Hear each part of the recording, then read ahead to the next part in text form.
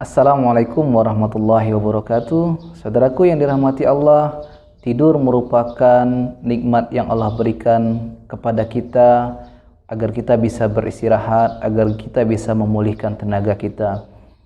Mari kita dengarkan beberapa hadis dari Nabi Muhammad SAW mengenai tidur.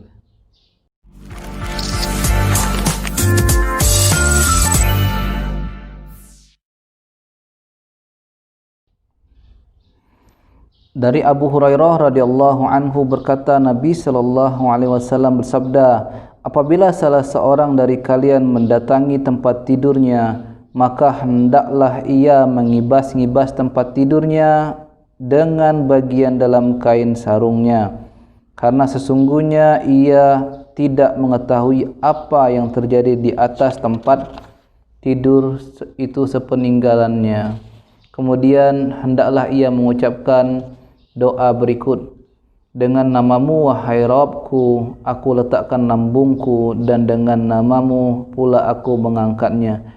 Jika engkau menggenggam ruhku, maka rahmatilah ia, dan ia jika engkau melepaskannya, kembalikan ke tubuhku, maka jagalah ia sebagaimana engkau menjaga hamba-hambamu yang soleh. Hadis riwayat Bukhari dalam Kitabud Da'wat, hadis nomor 6320. Dari Hafsah radhiyallahu anha, istri Rasulullah sallallahu alaihi wasallam, meriwayatkan bahwa sesungguhnya Rasulullah SAW apabila hendak tidur, maka beliau meletakkan tangan kanannya di bawah pipinya. Kemudian dia mengucapkan 3 kali, Allahumma qini adzabaka yauma tab'atsu ibadak. Ya Allah, peliharalah aku dari azabmu pada hari ketika engkau membangkitkan hamba-hambamu. Hadis riwayat Abu Daud bab ucapan ketika tidur.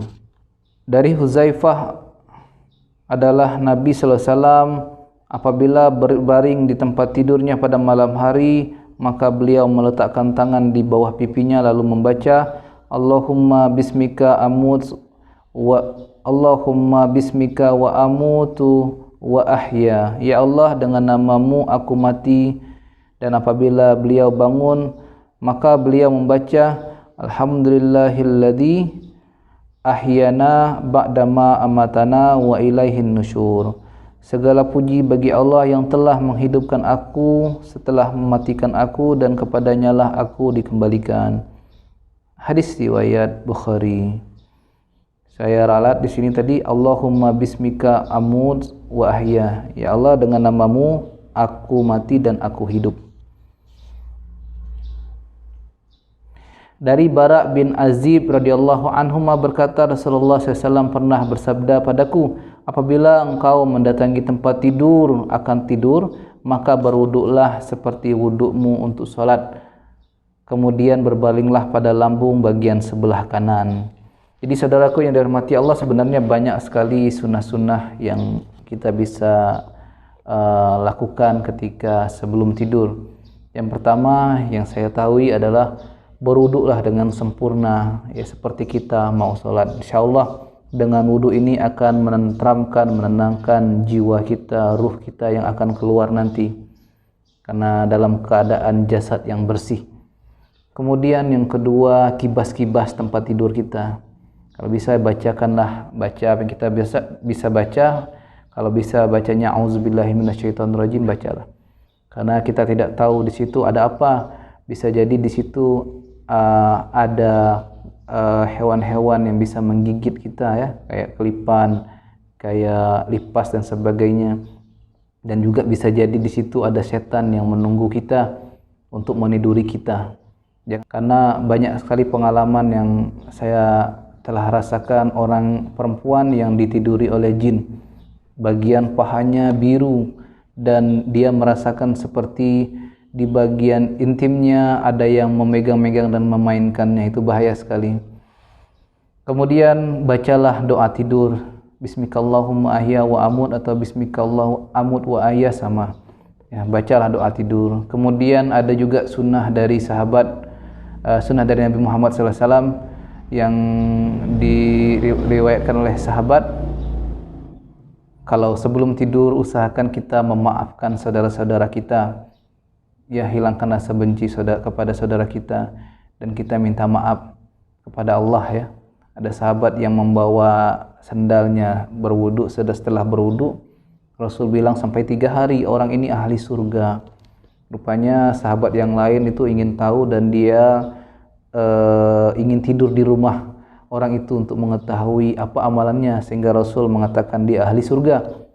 Dan ternyata amalannya tidak ada, semuanya sama, tahajud, duha, semua sama, tapi amalan utama dia adalah dia memaafkan orang sebelum tidur.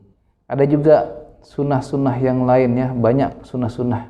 Ketika kita tidur kemudian kita bermimpi buruk, maka disunahkan untuk meludah ke kiri, ludah kecil 3 kali ya. Minta ampun kepada Allah, bacalah ta'awuz, a'udzubillahi minasyaitonirrajim, meludah ke kiri 3 kali, meludah kecil. Kemudian sebelum tidur diusahakan bisa bacakan 3 kul, Al-Ikhlas, Al-Falaq, An-Nas, kemudian ditiupkan di tangan, diusapkan ke seluruh badan, bagian-bagian yang sakit ya. Insyaallah itu akan memberikan efek yang bagus untuk tubuh kita. Kemudian baca juga ayat kursi ya. Ada juga yang Rasul bilang dia sebelum tidur dia membaca surat Al-Mulk. Ada juga pada malam hari kita bisa membacakan surat Al-Waqi'ah. Banyak amalan-amalan Rasul yang insyaallah itu kalau kita amalkan memberikan sesuatu yang baik untuk kita. Mohon maaf atas segala kekurangan, itu adalah kelemahan dari saya. Semoga bermanfaat. Jangan lupa untuk di subscribe kemudian di-sharekan sebanyak-banyaknya ke teman-teman kita, keluarga kita, dan di media sosial kita. Subhanallah bihamdihi, subhanakallah bihamdika, asyhadu an la ilaha illa anta, astaghfiruka wa atubu ilaik. Assalamualaikum warahmatullahi wabarakatuh.